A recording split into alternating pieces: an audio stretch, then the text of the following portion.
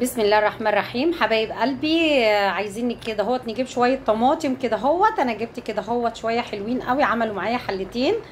دي الحله الكبيره بتاعتي اهيت، ودي الحله التانية حله صغيره شويه. كان عندي فلفل الوان، حطيت عليه كام واحده كده اهوت. بسم الله ما شاء الله، الله اكبر. حبايب قلبي، احنا داخلين على العيد وهنعوز الصلصه طبعا عشان الفته وعشان العزايم. ربنا يا رب يفتح بيوتنا كلنا. فجبت شويه طماطم كده اهوت، طبعا لقيتهم بسعر كويس فجبتهم. فاللي يلاقي شويه طماطم بسعر كويس، شويه فلفل، يعني البيت لما بيبقى فيه الخير ما شاء الله ربنا بيبارك يعني. اهوت شويه دولت عملتهم على حلتين. هنحط سر الطماطم اللي بتبقى حمرا جدا ايه هو، هوريهولكوا دلوقتي. اهو يا حبايبي، جبت البنجر غسلته وقشرته. هحط هنا اهوت، انا هو ده بنجر صغير. هنا شويه اهوت، بس هناخد واحده ثانيه عشان الحله الثانيه.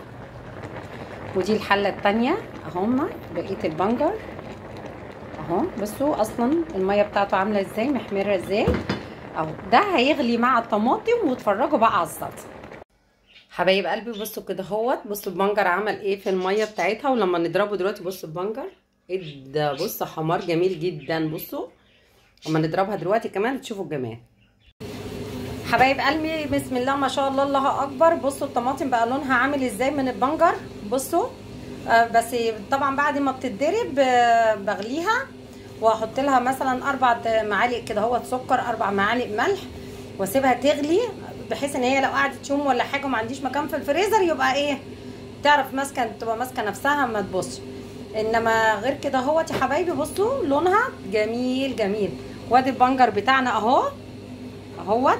في ناس بترميه وفي ناس بتضربه، انا ما بحبش بصراحه اضربه في الطماطم.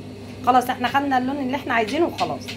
حبايب قلبي لو عجبتكم الطريقه ما تنسوش تعملوا لايك، والسلام عليكم ورحمه الله وبركاته.